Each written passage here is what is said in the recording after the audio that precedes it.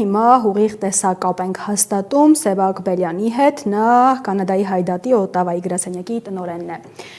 Սևակ, բարի երեկո, շնորհակալ ենք, որ միացել եք մեզ եւ առաջինը խնդրելու եմ ներկայացնեք ձեր դիրքորոշումը այն ամենի վերաբերյալ, ինչ կատարվում է Հայաստանում, ինչպես եկեղեցու դեմ, ամենայն հայոց կաթողիկոսի դեմ, այնպես էլ հայտնի խաղաղությունը հաստատվել է թեզի վերաբերյալ։ Այո, նախ շնորհակալություն այս առիթին համար, ինչպես նշեցիք, բավականին մտահոգիչ զարգացումներ ունենան հայրենիքի մեջ եւ այս ուղղությամբ թե ռազմագերբական, թե համայնքային մակարդակի վրա կանադայությունը բազմիցս իր ցայնը բարձրացրել է, ես առնվազն կարող եմ խոսել ռազմագերբական մակարդակով հայ-հեղափոխական դաշնակցության միավորները Կանադայի մեջ, նաև Հայդատի Օտավայի գրասենյակը, քաղաքական հարաբերական ոլորտներն հսկայածավալ աշխատանք կտանենք այս ուղղությամբ, որովհետեւ պետք եղած ներկայացումները կատարենք ոչ միայն համայնքներս, բայց նաև օտար լսարաններու մոտ, ցույց տալու համար, թե Հայաստանի մեջ այսօրվա եղածը խորքի մեջ զուտ ներկայական խնդիր չէ, այլ նաև գնա ունենալ ասենք արտահայաստանյան աստեցություն, ինչ կվերապերի Հայաստանի միջազգային վարկի վերաբերյալ, բայց նաև Հայաստանը սպիրտ հարաբերություններու տիրանգուն են դիտված։ Եվ այս ուղղությամբ բնականաբար տարաբարտելի են բոլոր դեպքերը, որ կբադային թե եկեղեցու դեմ, թե նաև ժողովրդի մեջ հավելյալ սեփ խրելու, ժողովուրդը բաժանելու, մանավանդ նկատի ունենալով, որ կգտնվենք համապետական ընտրություններու շեմին։ Միանում ենք Մոսկվայի մեր խմբագրությանը եւ Հայկ։ Ողջունում եմ։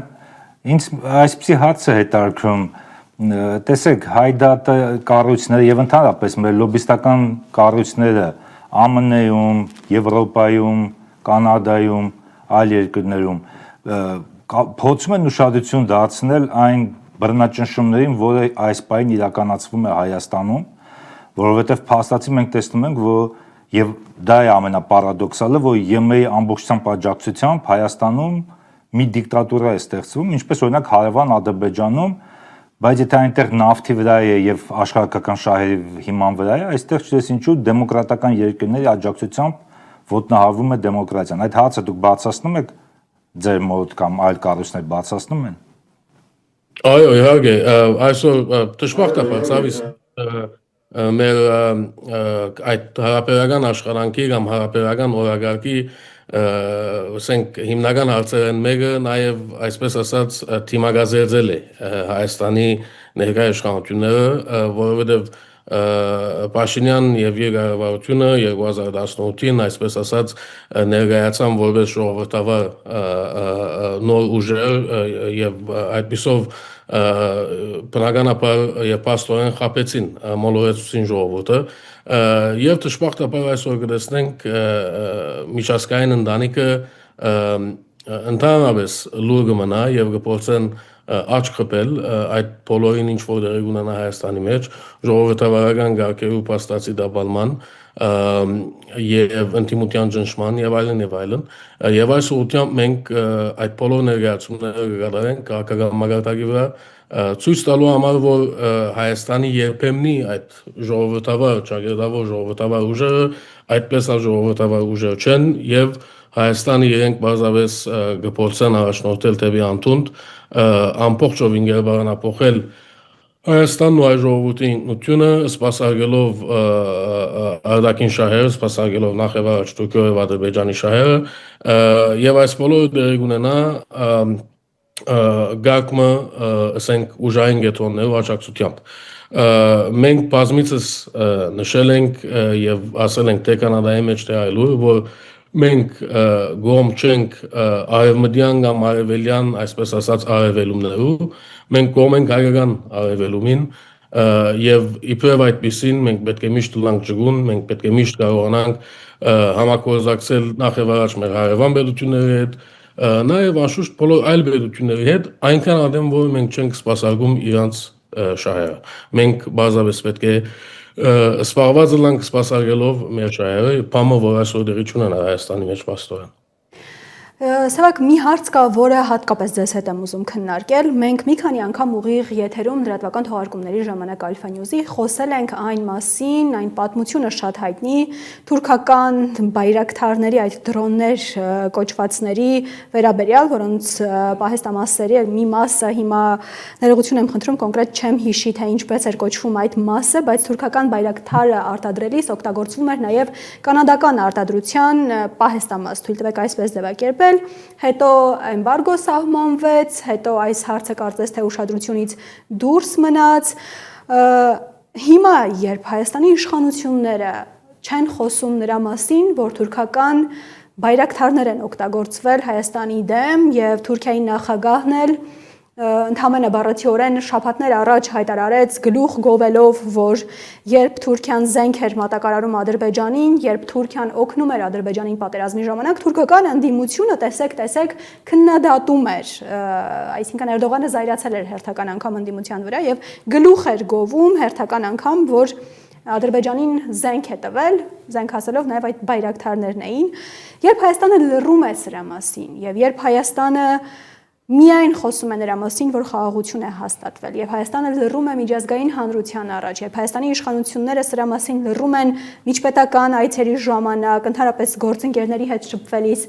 դա արդյոք մեզ չի դնում ավելի խոցելի վիճակում։ Կարծում ես պետք է ընդհանրապես այս թեման բարձրացնել արտասահմանյան այցերի ժամանակ, թե ամեն դեպքում փակենք անցնի գնա այս պատմությունը։ Ինչպես արվում է հիմա։ Այո, ինչպես ասիք, գազեմ ավելորդ է եսել, որ այսօր Հայաստանը բոլոր առումներով դարձած է շատ ավելի խոցելի, քան երբևէ։ Մանավանդ 2020-ի, հետագային 2021-ի, 23-ի դեպքերն հետ ապահովական ամբրանկային իմաստով հստակ խոցելիություն կա արդեն իսկ, բայց այսօր նաև դիվանագիտական իմաստով, տնտեսական իմաստով չափազանց խոցելի իրավիճակի մեջ է, մանավանդ երբ չունի Հայաստանը կամ Հայաստանի իշխանությունները պետք է այստեղ ասել, ոչ Հայաստանը, Հայաստանի ներկա իշխանությունները չունին գամեցողությունը կամ հանդգնությունը նվազագույն իսկ ոտնձգության դեմ ինչ որ արձագանքելու փխած ուրեմն Հայաստանի պետական շահերն եւ ամեն ինչ ինչպես որ ասիք այսպես ասած անցողագի այս էջնալ դարձնենք վազապես խաղաղություն հաստատելու այսպես ասած երազային նպատակով եւ այս բոլորը խոցելի դարձնելի անգախ ես նաեւ ասեմ որ խորքի մեջ բավականին ծիծաղելի կդարձնի Հայաստանի բահվածքը միջազգային հանրության մոտ մենք միշտ ասած ենք եւ անգամ եւս կգտնենք որ Հայաստանի իշխանությունների մոտ այսօր մանավանդ դիվանագիտական առումով չկա ինչ որ հստակ ուղղվածություն Արևմուտքի մոտ ընդհանրապես կճարախոսեն ասենք Ռուսաստանը եւ մերձակա երկրները Ռուսաստանի մոտ ասված գիտե կճարախոսեն Արևմուտքը եւ այսպիսով այսպես մանևներով ինչ որտեղ հասնելը բազապես միամտություն է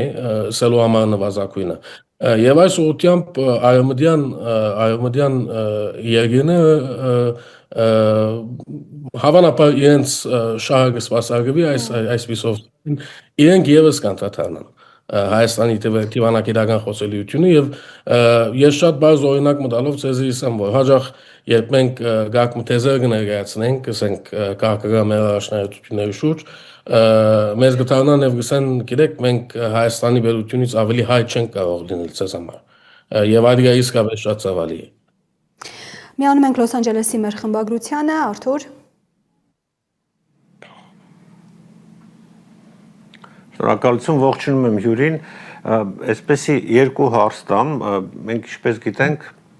Ջաստին Տրուդոն կանադայի նախկին վարչապետը Նիկոլ Փաշինյանի, այսպես ասենք հովանավորներից մեկն էր, համենայն դեպս PR մակարդակով Մակրոն Տրուդո այդ զույգը, որոնք իրար շատ նման են իդեպ շարունակում էր PR այդպես միջազգային ասպարեզներում Նիկոլ Փաշինյանի համար PR ապահովել, ինչպեսին է հարաբերությունը Կանադայի ներկա վարչապետի հետ, Հայաստանի իշխանությունների, արդյոք այդ նույն կապերը կան թե ոչ, եւ նաեւ ուզում եմ մի ընդհանուր հարց տալ, ընդհանրապես այսպես Սփյուռքյան կառույցների մոտ չընդունված մի օրենք կար, այսինքն ներքին կարգով ընդունված մի օրենք կար, որ երբևէ իրենք չեն բողոքի ակցիաներ կազմակերպել հայկական հյուպատոսությունների, դեսպանատների մոտ, համարելով, որ դա, այսպես ասենք, կարմիր գիծը պետք չի խախտել, փոխարենը այդպիսի բողոքի ակցիաներ միշտ կազմակերպվել են թուրքական եւ ադրբեջանական հյուպատոսությունների եւ դեսպանատների մոտ։ Չեք կարծում, որ հիմա իրավիճակն այնպիսին է, որ պետք է այդ այսպես ասած չափանիշը խախտել եւ ինչպես ասում են թշնամի տնից է եւ պետք է սկսել հենց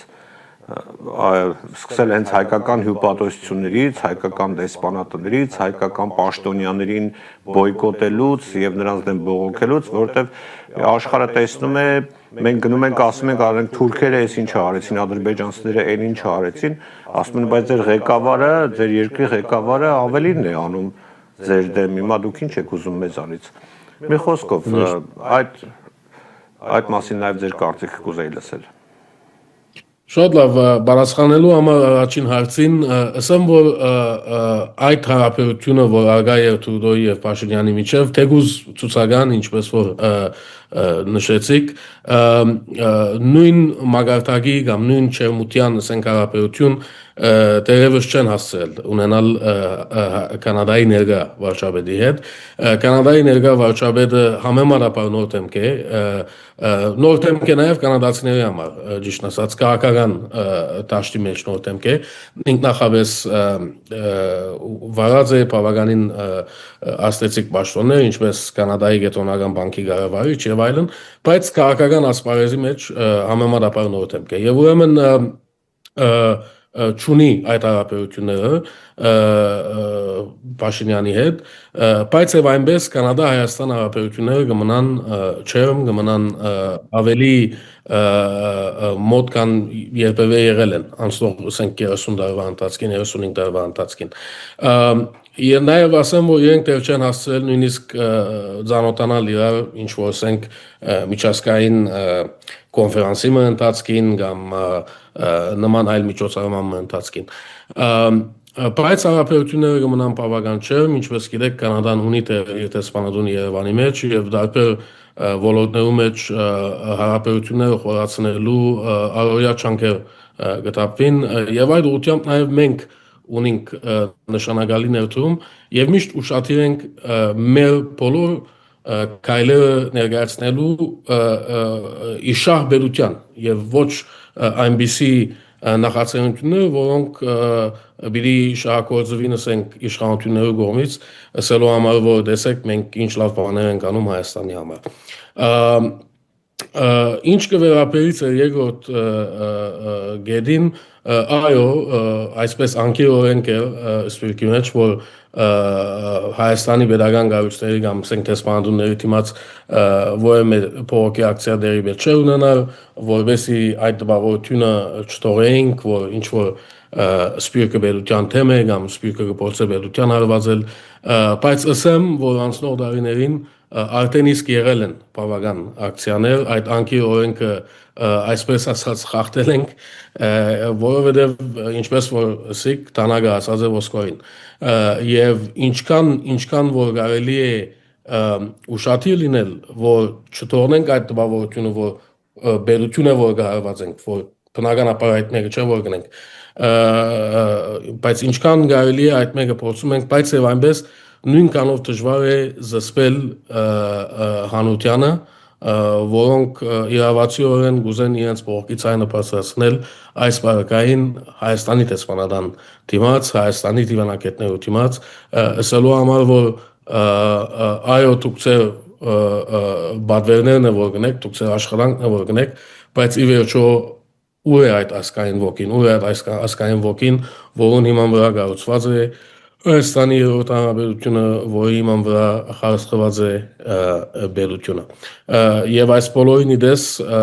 ես վստահ եմ, որ պիտի շարունակվին այդ բողոքի ակցիաները, թե ֆիզիկական ակցիաները, թե նաև ինչ-որ քաղաքական մակարդակի վրա սպիրկը պիտի շարունակի իր կարելիության սահմաններն ցայնը լսելի դարձնել եւ հստակնել, թե մեր ներքին լսարանին, բայց նաև արտաքին լսարանին, որ գազագերբված սպիրկը մեծ հաշվով թեմ է Հայաստանի այսօրվա իշխանություններում գդրականապես։ Սևակ, շնորհակալ ենք մեզ միանալու հարցազրույցի համար։